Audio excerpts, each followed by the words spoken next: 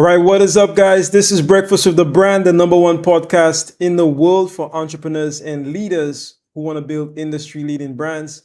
I am your host, Junior Frederick, and I have with me, as usual, Mr. Bobby Stealth. And we have a phenomenal show for you today. Guys, so if you're tuned in live, I want you to do two things. Number one, put some flames in the chat. Let us know what the energy is like on this phenomenal Saturday morning. And number two, let us know where you're listening in from. Bobby, how you doing? Great, Junior. I'm absolutely phenomenal. Energy. Energy is something that's on my mind today. I know that we would open up the branded like a leader calls all those years ago. Seems like ages ago, but it was only 3 years ago, right? And you guys would ask, what's the energy in the room? And we put tens, some people would put eights, some people would put sixes. And then anytime we saw like a 6.5, a 7.5, or an eight, we'd be like, okay, what does it take to get to a 10? What does it take to get to a 10? So that's how I feel this morning, just really energetic, a bit nostalgic, just reminiscing on the growth and the process and progress that I've made and that I know other people that's been watching this program have made over the years. 100%. Man, I mean, speaking of energy, I mean, energy is everything. And I think we're gonna get into the topic of sales today, and it'll be interesting to explore, the relationship between sales and energy. There's a huge relationship between sales and energy. It's dare I say multi-dimensional. It's a multi-dimensional relationship between sales and energy. But before we get into that, I do want to send a quick shout out. I see Tia. So Tia is coming from New Jersey. Shout out to Tia Rogers. Then we have, of course, the lady herself, Mr. In fact, Miss. We have so many guys on here. I said Mr. So Miss Michelle D. Clark, Dr. Michelle D. Clark. So super sensational Saturday from Detroit. Shout out to Dr. Michelle. Dr. Michelle, you need to let us know, let the people know when you're having your next event. I think Dr. Michelle is already preparing for that. Let me know if I'm wrong, but I think Dr. Michelle might already be preparing for that next event. And guys, if you missed the last one, then trust me, you missed a treat. You definitely missed a treat. Yeah. Yeah, Bobby, but the energy of the day is absolutely phenomenal. As you guys know, I'm in the lovely island of St. Lucia. Bobby, I'm gonna start doing a little bit more shows outside, man. What do you think of that? Put it in the chat, guys. So the reason I ask this is because sometimes I'll do the show outside, and I see people will text me like, "You're making me jealous," stuff like that. My thing is not to make anybody jealous. That's not my thing. Um, I just want to show you guys some of the islands. So let me know if you would enjoy, that kind of thing. Maybe I could take you somewhere. Maybe one of the sites. Sometimes I do go to um, a couple of the sites we have. Like I was in the so in St. Lucia, we have this drive-in volcano. Mm-hmm. So volcanoes, explosion, like we have one where you can drive in, and there are actually like sulfur baths right there. Now, rumor has it that back in the day, Bobby, I don't know if you know this, but my country, we went through several wars back in the day. In Mm-hmm. fact, 14 wars were fought over my country. The British won 7 times, the French won 7 times. And eventually, we became a sort of mixture between British and French. So my country has two languages. We speak two native languages. But the reason I bring that up is during the wars, the soldiers, they used to go to these mineral baths to rejuvenate and to heal themselves. It's said that the baths themselves have this ancient mystical healing properties, and Really? it works for several different things. So a lot of tourists actually go there. They're always when I went there, there's a ton of tourists the last time I went there. They're coming in every single minute. So guys, I could take you to places like that, but you have to let me know if you want that stuff. All right, I'll give you a little tour.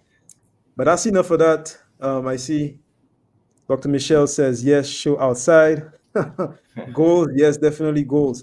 Also, put it in the chat if you'd love to have us host an event, maybe somewhere on the island. Just put a number one. If we did an event on the island, if the Sean Rice brand did an event on the island, Would you come? Just put a number one if you would come. If you would come, just put a number one. Yeah. All right. Okay, I see a couple number ones. Definitely. So we'll consider that. We will definitely consider that. If I know Sean has already considered that. Yeah. So it's already in the works. Uh, that's super exciting. Junior. It's super exciting. You know, when I think about all the different places I saw and just the different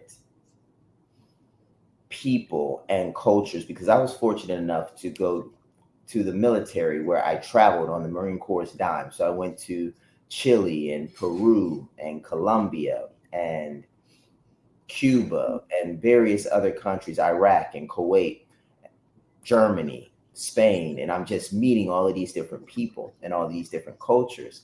And I think that that also improves the individual's humanity. I will say it that way, because you get to see different people engaging in life in a different way. And everybody is seeking to live their best life. And when you realize that best and better is different for different people, I think you also start to realize that you are very, we are very individual. And I just wanted to say that piece because as we get into sales, we're going to be talking about the salesperson. And we're going to be talking about who you have to be and the energy that you have to have. And me being in the military and speaking multiple languages, I've been able to speak in Portuguese, Spanish, my French, and I spoke some Arabic, some Chinese, and I've been able to speak in the native language with several people, a part of my job and partly because of my travels. So I think that that'd be super exciting. 100%. Guys, we'll be right back after this short break. Stay tuned. This is Breakfast with a Brand. Let's grow. There's slow growth and then there's scale. There's incremental growth and then there's exponential growth. What I want to talk to you about is adding a zero to you and experiencing exponential scale. Incremental growth says 1 plus 1 is 2. Exponential growth says 1 plus 0 is 10. Incremental growth says 2 plus 2 is 4. Exponential growth says 5 plus 0 is 50. Guys, listen, when you add a 0 to you, you can add a 0 to the marketplace. You can add a 0 to the value that you bring. So you can add a 0 to your family, add a 0 to your legacy. This is what we're talking about. We're not talking about incremental, we're talking about exponential. I always say that business is a spiritual game. Just imagine when you combine your skills, your values, your abilities, your talents to something bigger than you, something greater than you, something like the power of exponential. That is adding a 0. Add a 0 to your competence, add a 0 to your confidence. This is about adding a 0 in your life, your value, your industry, and your mission. Let's grow.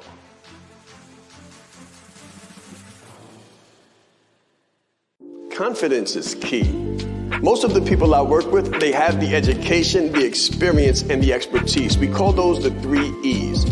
But they're looking for the 3 I's, the income, the impact, and the independence. And I always tell them that the bridge between the 3 E's and the 3 I's is marrying your confidence to your competence. Most of the people I work with, again, have all of the competence in the world. What I help them do is get the confidence.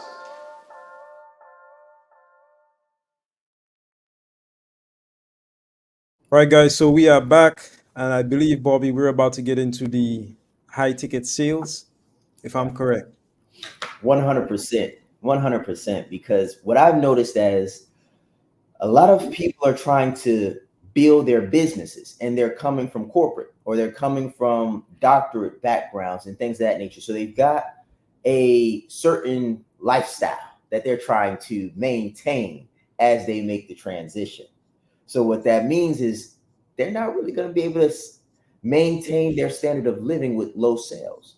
Like if they're not making high ticket, high end luxury deals, transitioning from a corporate job where you're doing 6 figures, multiple 6 figures after taxes, like if you're in a business, 6 figures might just be in taxes, let alone what you bring home to actually maintain your standard of living. So I think this is a really great topic to talk about, because if you are highly educated, which our audience is, experienced, and have a specific expertise that demands a lot of economic value in the marketplace, then you're going to want to be able to sell your services high ticket when you go direct to consumer. So one of the things that I've noticed is that you got to be the person when it comes to high ticket sales.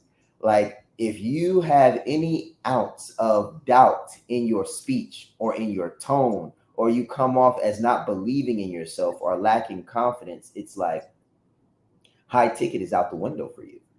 It's just out the window, because these affluent buyers and these other business owners, they're not purchasing in the same way as a consumer purchases. A consumer is purchasing for instant gratification, and they're spending an amount of money that they're not going to miss. Now, someone that's doing high ticket sales, they're making an investment and they're looking for an ROI. So if they feel like you are a risk to their investment, then they're going to go somewhere else. So what I'd like us to talk about a bit about, at least as we open this up, Junior, is how does a sales professional build? And by the way, all entrepreneurs are sales professionals. All of us are selling something, right? But how does the entrepreneur or business owner develop the character and confidence they need to go out there and say a 5-figure number and stare the prospect in the eyes? Well, one of my mentors said to me some time ago that don't try to do the activity, aim to become the person. So sales shouldn't be something that you do. It should be someone that you are. High ticket sales shouldn't be something that you do. It should be something or someone that you are. And what that means is that it should be part of your identity. When you ask a high ticket closer if they sell high ticket, they tell you, no, I'm just selling.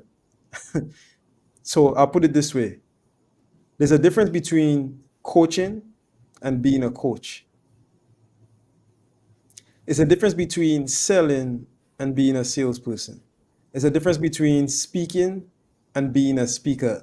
Somebody who's not a speaker can perform the activity of speaking, but somebody who is a speaker, who identifies as a speaker, cannot help but to perform the activity of speaking.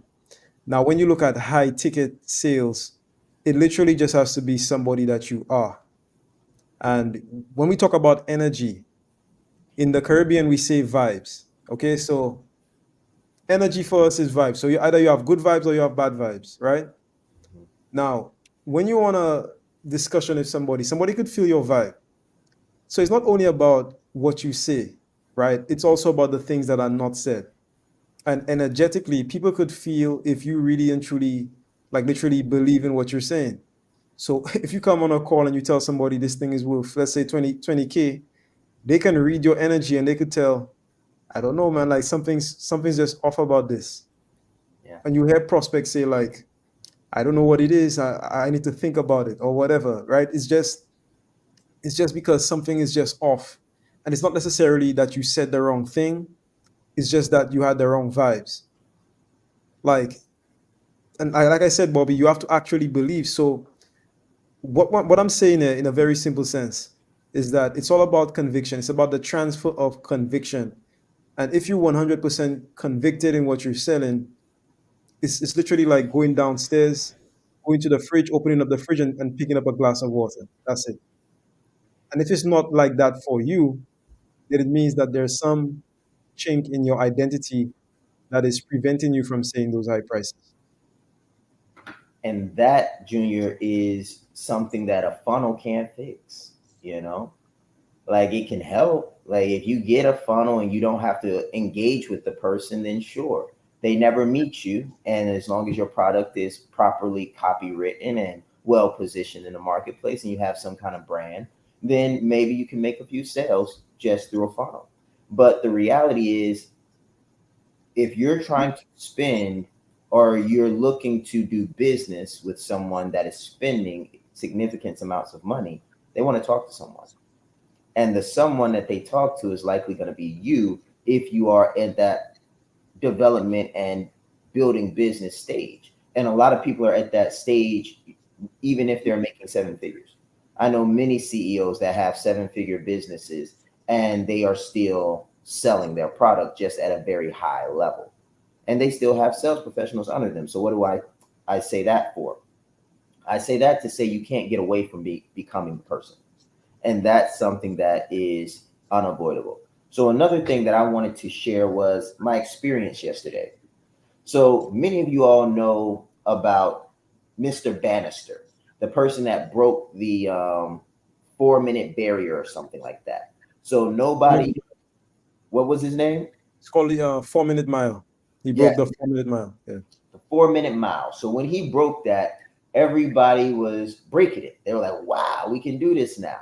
So yesterday I was talking to Junior and I was like, hey, Junior, I got a deal closed here. I'm signing some stuff over. I need some assistance setting up some things on the back end. He was like, all right, no problem at all. Give me a call. Gave Junior a call. We talked through some things and I closed 3 more deals that day. And I got the contracts, did the signing, did everything. And it was a Bannister moment. It was an identity moment. And they all came from cold calls. Like, you don't know what it's like to close a prospect from a phone and they've never met you.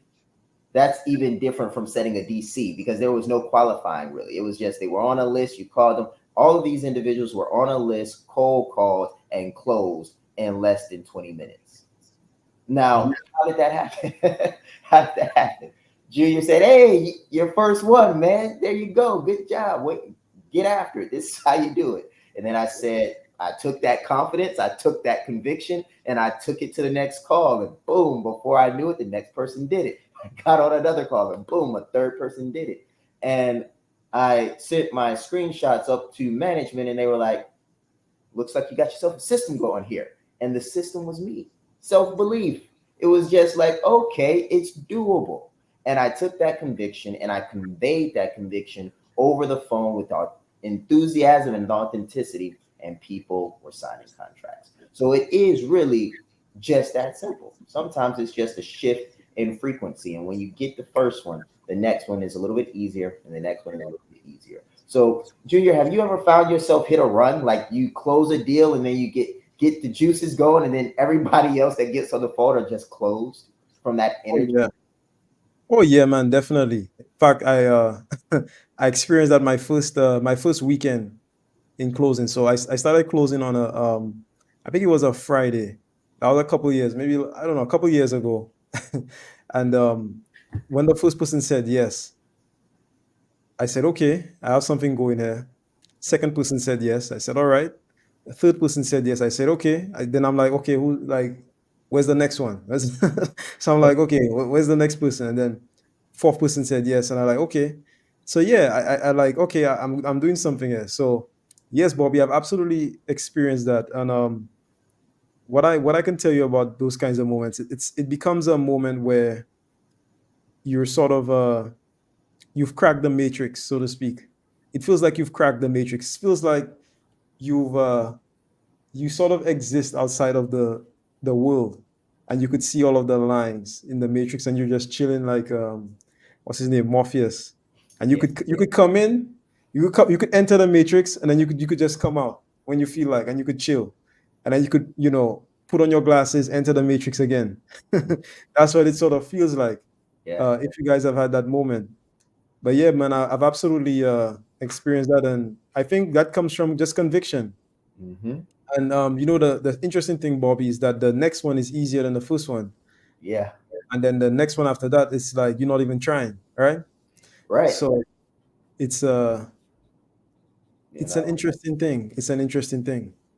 And one thing that I wrote down yesterday, Junior, is it's simple, guys. Super simple. But we're talking about high ticket sales, by the way. Just so you guys are aware. Like if you're trying to close big deals, just become the person. So one of the parts of becoming the person is absolute conviction, faith and confidence in yourself and your product. So that's what we're kind of talking about right now. And when you have that degree of faith, confidence, and undoubtedness, you speak confidently, energetically, and enthusiastically, and that is felt. So that's the piece that we're covering right now. So one of the things that I wrote down for my desk, and I'm putting it everywhere today, actually, because I'm testing it out, Junior. It happened yesterday, so I'm like, maybe I can do it again. And then I'm like, okay, if I'm closing 3 of these a day and I can do this for 5 days straight, okay, I may have something going here. So one of the things that I wrote down is smile. Smile. So one of the things that I noticed about myself is when you are being rejected, and I'm talking to me, like when Bobby is being rejected time again and time again and time again, which is very common in sales, you start to smile less. You start to get on the line. You're waiting for it to ring. You're anticipating the objections, or you're anticipating the click. This phone has been disconnected. The number that you have reached, and you're just like, ah. Right? It's like, of course, and now you just got this negative energy about you. And when someone actually does pick up the phone, you're like trying to get your face right so you could actually say something that sounds appealing. So what I've done and what I've learned is smile through everything. So that's what I did yesterday. Like as I was putting in notes, this number does not work. And I was like, oh, look at him. I tell you something. And then I dialed the next number and I heard it ring and it said, click, this number is disconnected. I'm like, oh man, another one. I tell you something. And then I just kept smiling through the entire intentionally. Like I felt my face muscles getting heavy. I'm like, oh my gosh, my face hurts. But the moment that that prospect answered the phone, I was enthusiastic, motivated, hitting them with all the energy that I possibly could conjure, and then bow, it came off like a water hose, almost like a firefighter. It was like boom, they just got hit with all of this enthusiasm.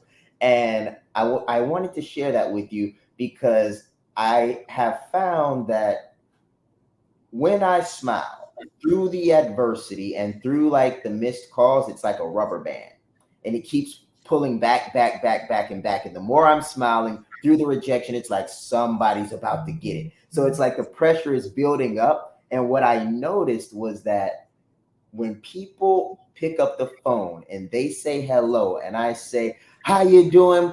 Prospect name, this is Bobby Jackson, and I'm so excited to speak with you this morning. Like it's shock and awe. They're like, what? How is this person so excited? Like, why is this person calling me with all of this energy? So I just wanted to share that with you as I turn it back over to Junior to see what his take is on staying enthusiastic through the rejections, because you could be on calls, you could be texting DMs, but it's like after a while and you get like miss after miss after miss, it starts to drain the energy. So what do you do, Junior, when you're, going miss after miss and you're just waiting for that one? Because statistically, every no gets you closer to the yes. Definitely, Bobby. And I have spoken about this at length some time ago. But what I do is called weeding the garden of the mind. So weeding the garden of the mind, I want to paint a picture for everybody looking. So I want you to picture a garden. So imagine just a garden, maybe a lawn, maybe your lawn. So if you live in an area and you have like a nice little lawn in the front or the back of your house, just picture your lawn for a minute. Now, I'm going to assume that you take care of your lawn, right? Because you have to. But as well as I do, if you're looking to grow like grass, like get a nice hedge and get some grass on there, it takes a little effort. Like even with me, Bobby, I was doing something at the back of the house where I cleared a space and I planted some grass, like the grass that I wanted to grow there to develop a lawn. And the thing, it's still growing. It took a long time and it's still growing. It's almost like if you look at it, it looks like it has a lot of bald patches, but it's like growing slowly over time. Yeah. But check this out though. The weeds, the weeds grow very fast. So in your lawn, weeds grow without your help. They don't need your help. They don't need your water. They don't even need sunlight. They just need to be there and Yeah. they're gonna grow, right? They just need to be there and they're gonna grow. They don't need encouragement. They don't need a motivational talk.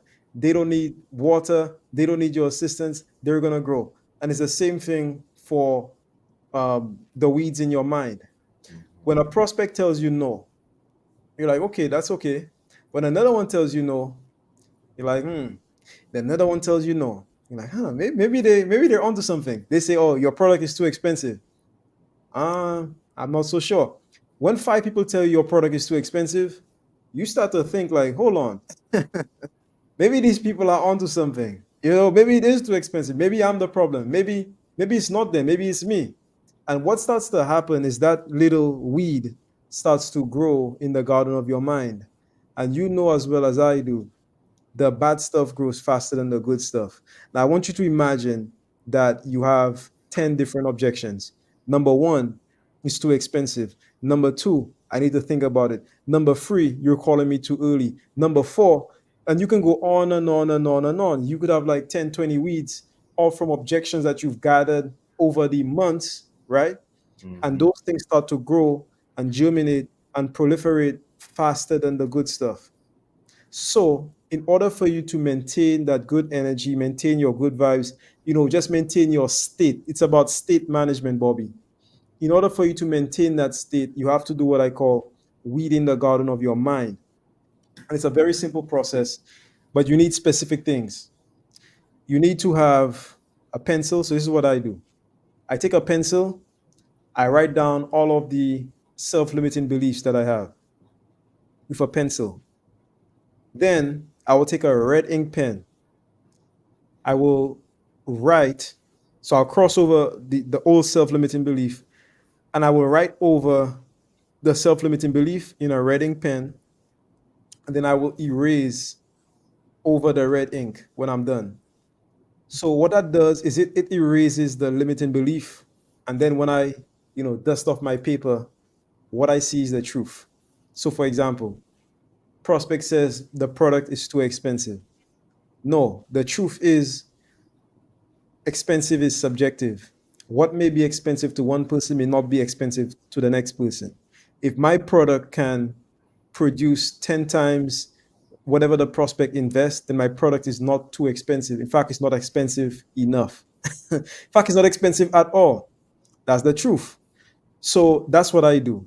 And if you want to go one step further, you could just, crumple that paper up and just burn it up and burn those objections up and watch them disappear. So that's sort of how I manage my state. But another good thing is, waking up, working out in the morning is excellent because when you work out, you get that pump, you have that energy, you're ready to go. But another thing I want to say, Bobby, is that sales is just like a marathon. You treat sales like an athlete would treat their discipline, whether that is, running on the track, whether that is, a long jump, whatever it is, swimming. It is literally like a sport. So when you're on your 20th call, okay, you're thinking to yourself like, man, am I number 100? No, you're not. Mhm. And it's just like a marathon, Bobby. You know as well as I do. Into the first mile, you start to wonder, why did I even register for this? Like, I could have been anywhere today. Why did I choose to come here today? But just like a marathon, if you decide to stick with it and you decide to cross that, what we call that threshold, where you're going and you're in state and you've made a decision and you've gone too far to ever turn back.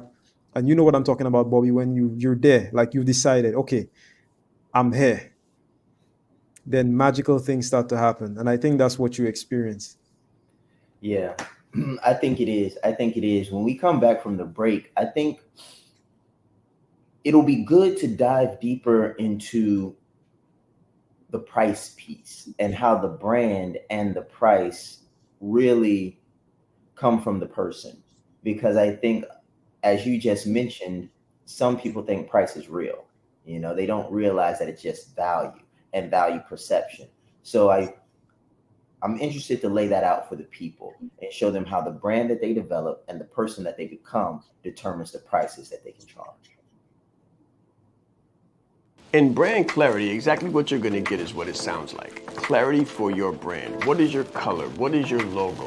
What is your unique value proposition? Who are you speaking to? Why? How should you speak to them? How should I position myself?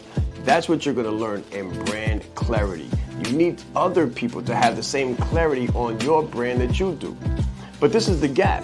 If you don't have clarity on your brand, then no one else is going to have clarity on your brand either. It's like messaging. Your message sounds clear to you, but is your end user receiving the value that you're trying to provide? I guarantee you that after you go through brand clarity, they will, and so will you. And that's how you'll scale your brand.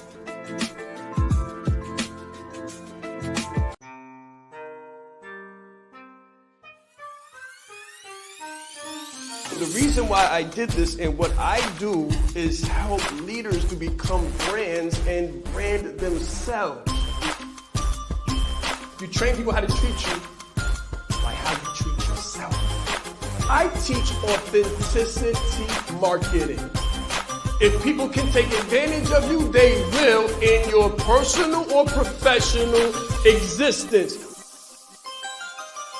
My biggest takeaway just from day one is you are the brand. I would recommend it to anybody that's really looking to build a personal brand. Just the brand in general has changed my life. I've grown so much since I've been a part of this.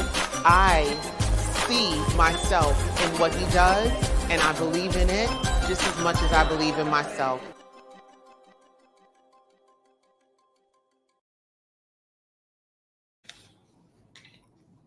All right, guys. So we are back. If you've enjoyed the show so far, go ahead and put some flames in the comments. I'm gonna read a couple comments. Let's take a couple comments, guys. If you have any questions, go ahead and put them in. So I'll just read a few of these that I see. Tia says facts. Tia, tell us the facts. Which one are you referring to? We've said so many facts. Put it in the chat. Dr. Michelle says a funnel can't fix conviction. That is true. A funnel cannot fix conviction. Dr. Michelle says, okay, transfer of conviction. Mm-hmm. And of course, we have the flames coming in. Yeah. All right. So, yeah, Bobby, let's get into it. I believe we're getting into the branding. Remind me, is it branding and sales?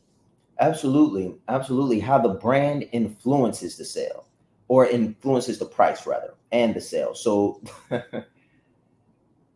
one thing that I've noticed is that when you're trying to close a prospect, you should never, like, if you're trying to close them, you're already trying too hard. Like, if you have to try to close someone, then you're already trying too hard. So the brand is designed to create the power differential. It's designed to show the separation. It's designed to position you in the mind of the prospect as the expert in which you are. And then you've got the person, like the person that the brand represents. And if you are, let's say, Shaan Rais, you've got 3 master's degrees, you've got the bachelor's, you've got 2 doctoral programs, you're writing the dissertation, you've got 3 books published. Like, if that's you, that's your personal brand, then the price and the brand make all the sense in the world. Rather, the person and the brand make the prices that are charged make all the sense in the world. So the question is, if you want to sell high ticket, you've got to be high ticket. So if you're going to be high ticket, what can you do, or what have you done that requires people to invest to a certain degree with you? And that's the part that I think is going to be really excellent to talk about. So, like, to give an example, I've served 12 years in the United States Marine Corps. I got my education and background in finance and economics that was my concentration. And then I've grown businesses. I've owned them in 3 different states in the United States, and I've grown one of them by 400% revenue for 3 consecutive years. So if that's me as a person, and then I've got the brand, and if I say a number, they're like, okay, that makes sense. So Junior, in your experience, as you've built your own personal brand, you've been a part of the brand journey here with Shaan Rais and everything that the company's been building. What have you seen as we've increased prices? Because branded like a leader doesn't cost what it used to cost when I came in. The leadership leverage doesn't cost what it cost when I came in. So it's like every year the prices really double as the individual becomes more effective and more positioned in the marketplace as a leader. Well, what I've seen is that, so I'll put it this way. The outside is a reflection of the inside. What you don't have on the inside, you're not gonna have on the outside. And what that means is that if you want to increase your price, you should increase your value. And I mean your intrinsic value. So what about you is valuable? So Bobby spoke about his experience, 12 years as a Marine. That's valuable. What about you is valuable? And the great thing is you could always increase that value by investing in yourself. So one thing Shaan said some time ago is that he invested like I think a quarter of $1 million in himself through education and stuff like that. I'm sure the number has gone up at this point, but he invested in himself to put the value in himself. So if you're looking to increase your price, like the actual question should be, what about me is valuable? And if you cannot identify something, or if you don't like ethically feel, because there's a big ethical thing here too, right, Bobby? Because anybody can just charge a high price, but you have to feel in your soul, like in your being, you have to feel good in your conscience about charging high prices. And I think that's where a lot of people sort of have they're afraid to do that. That's fine. And it's okay to be real with yourself. Like, okay, maybe I cannot charge 50K at this point. Maybe what I can bring to the market is not worth 50K at this point. That's okay. Start where Mhm. you are, but then increase your value by increasing your education, increasing your training, increasing your competency, increasing your results. And then once you do that and you feel confident in yourself that I can ethically charge more money, and if you could, bring more value, which is the key, you know, money should be a byproduct of value. That's what I believe. If you could really and truly bring more value, then raise your prices. And if not, then build value in yourself first. Mhm. Wow. You know, I remember something that Shaan told me that made me some of my first dollars. So when things started out, I was trying to sell a product that I at a price that I could not ethically command from the marketplace. In other words, I was saying 10K, 20K with my chest, but I could only really deliver like 5K, maybe 6K. So saying that number with my chest still didn't create the conviction necessary for me to fulfill that. So what Shaan told me is he said, Bobby, if you are a five, sell to the fours and to the threes. If you're a seven, sell to the sixes and the fives. And when you become a 10, you can sell to the nines and the eights and even the sevens. So what he was saying was pretty much that the person that you become is valuable enough to sell to someone that's seeking to get where you are. In other words, everybody has some value to them. You are the brand. The thing that you're trying to figure out is how to position who you are in the marketplace effectively to command the number that you're worth. And as you become more and more valuable and you become more and more convicted of your abilities and your mission, the more effective you will be at commanding higher prices and saying bigger numbers. So if that's you right now, if you're like, man, I'm not really doing the 5-figure numbers right now. Like I don't have a product that I can confidently say is worth 5 figures. Make a product that you can confidently say is worth 4 figures. Confident. And then deliver with all of your might. Over deliver, as Shaan says, right? Over deliver. And what you'll find is that you can oftentimes ascend those very prospects into, or those clients at this point. Like if you close a deal that's 4 figures and you do a incredible job and they love the results, why wouldn't they go into your 5-figure program? Of course they would. And if you do the same thing, you shock and awe, you over deliver, why wouldn't they go into your multiple 5-figure program? In many cases, they do. And that's what we call the ascension model. So I really enjoy this topic because it's one that says it doesn't matter where you start, you're valuable. And the moment you learn how to package that value and present it to the marketplace, you start making money. So there's no cap on the amount of money you can make because there's no cap on the depth in which you can dig into your own personal story. So that's what I think about that side of the house. So as we're wrapping things up and we're going to the last end of the call, I'd like to know what some of you all in the comments are challenged with. Like what's the challenge? What's the thing that's stopping you from saying that big number? Is it not having the product? Because that's a thing. Some people are struggling to sell an idea, but ideas are some of the most effective things to sell. Like most people don't have the product before they start selling it. They have the idea, they sell the idea in the form of pre-sales, and then they go and purchase or build the product. So I'd love to hear what some of your challenges are, and then I'll turn it over to Junior. So when you were getting into high ticket sales for yourself, Junior, because I know you've sold in your own business, you've sold for other businesses, you are a closer and marketer through and through. So when you were doing your business, what was the most difficult part about saying high ticket numbers, or did you not have that issue at all? Were you able to just come out the gate and say, hey, this is what it cost, and you had no hurdles there? Oh nah, man. I started just like everybody else. I definitely had hurdles. My first I would say my first quote unquote high ticket was like 6K. 6K is considered high. Anything over 5K is considered high ticket, by the way. I know now we do a lot, different kind of numbers, but I remember my first time, presenting something that was quote unquote high ticket. Bobby, when I said the number, I sort of, just held my breath. So I said the number, I held my breath, and I just looked at them, and they said okay, and I'm like, okay, all right, this is this is interesting. This is actually works, right? And but no, man, I have experienced. Listen, guys, I have experienced all of the challenges that you're going through.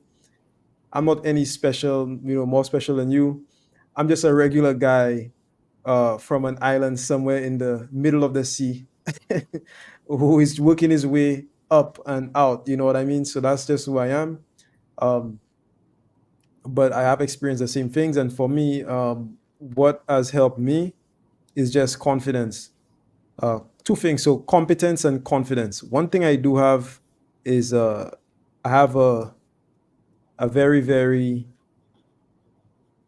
I'll say motivated spirit when it comes to self improvement. So I'm always improving myself. But another thing that I really had was conviction in what I was selling. So if you know what you're selling is good, then you don't have any problem selling it. But if you don't think what you're selling is good, then you can definitely have a problem selling it. So, like if you haven't really created the product, if you haven't taken time to do the back end work, the systems work, stuff like that, then you could run into an internal sort of dilemma. So I would say for me, because I sell with a conscience, right? I don't just sell, I sell with a conscience. So for me, it's like if I know what I have is good, then I'm okay, saying what I need to say. But if I don't think what I'm selling is good, then I won't say it at all. And that's just who I am. Yeah. I like what you said there, Junior. Selling with a conscience. That brought something to my mind yesterday. Because yesterday when I was on a roll, I was on a roll. Everybody that got on the call, I'm telling you, I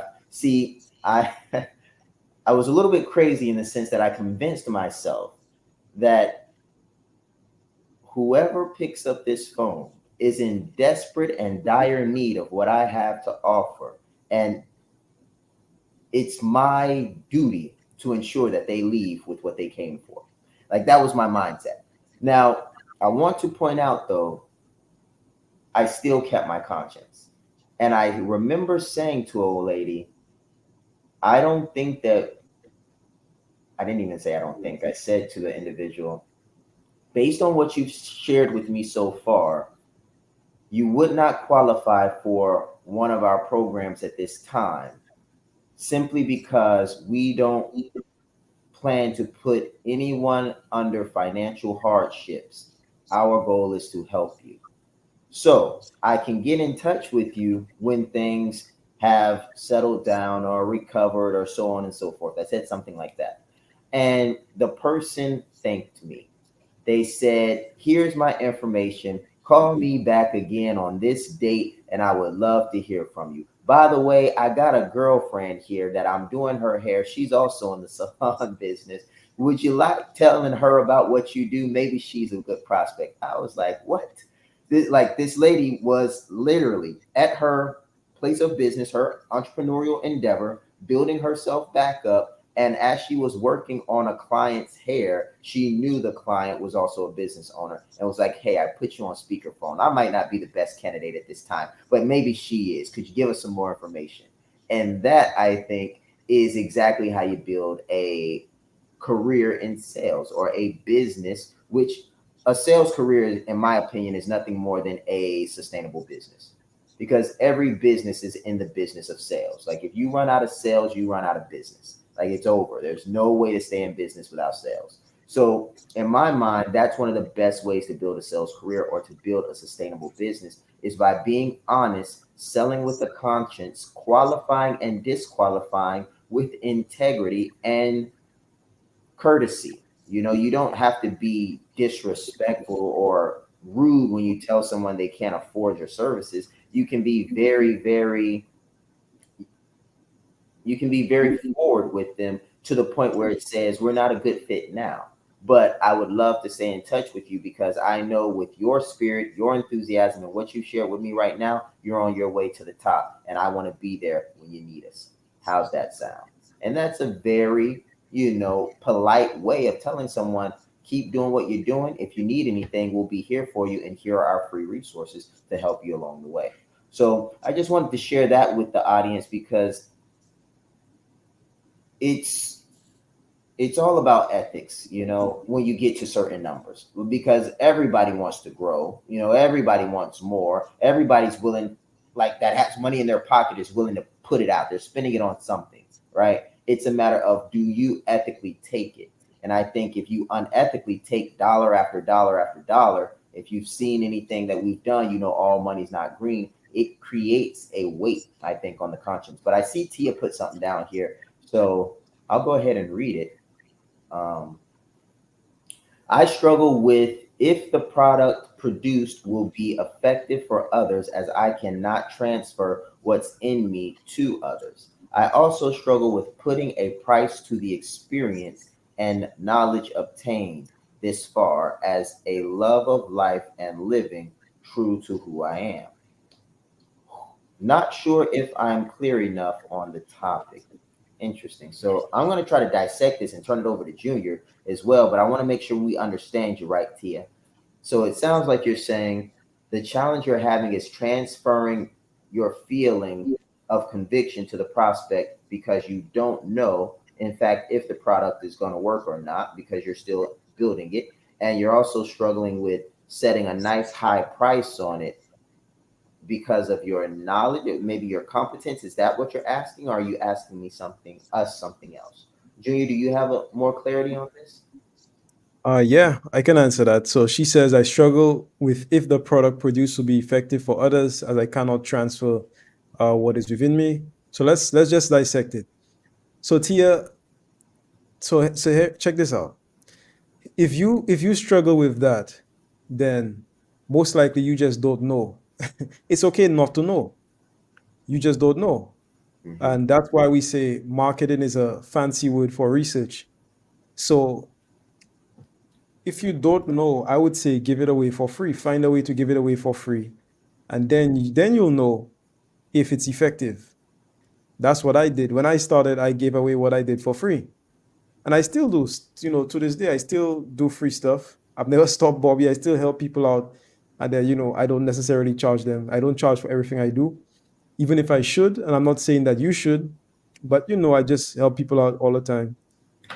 But if you're not sure, give it away for free. Find a way to give it away for free. Of course, if you're in like an actual product-based business where you have costs incurred, for producing whatever you produce, then I would say, give away samples. So that's why we give away samples.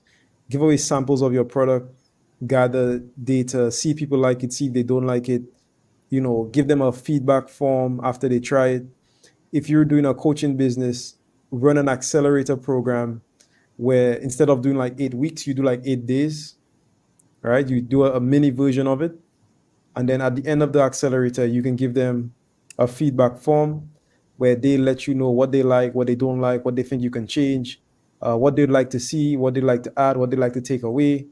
What does the experience like for them? What value do they place on the experience? So I've done accelerator programs before, Bobby, and one of the questions I asked in my feedback form was, what value was this worth to your business? And then I put in a couple options. So I put in like 0 to 5K, 5K to 15K, 15K to 30K, 30K plus. And then I asked that question and I let people fill it out.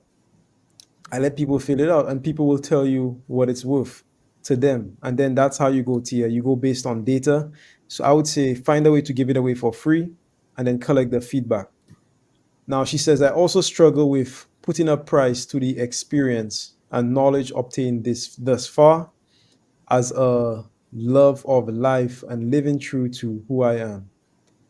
Let me see if I can understand that. So she says, I also struggle with putting a price to the experience and knowledge. So she's saying the knowledge and experience she's gained thus far as a love of life and living true to who I am. Okay, so let's talk about price. How do you price something?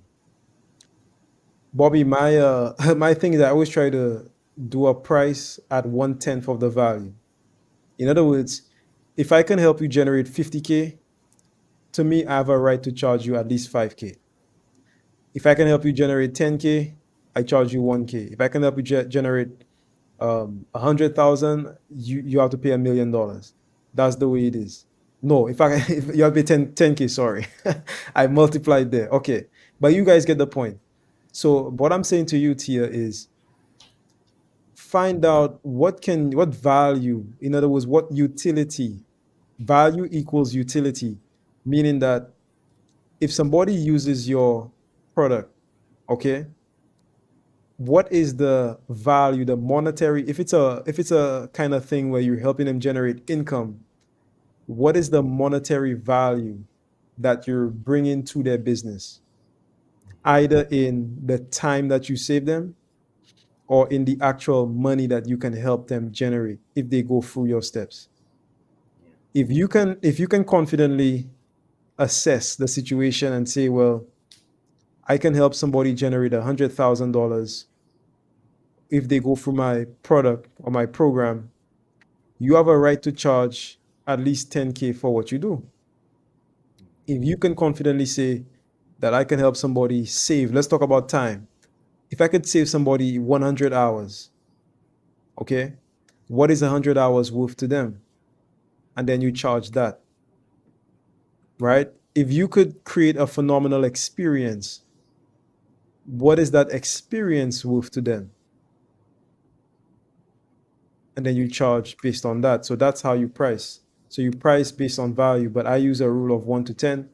This means that if you buy something from me for $500, you're getting like $5,000 worth of value. That's what I do. Yeah. And I think you also answered Dr. Michelle D. Clark's question with the experience piece. If they don't have a financial value to it, charge on the experience value, and that's another interesting thing without going too deep, because we did just hit the top of the hour. So I'll just give this one piece to you, Michelle.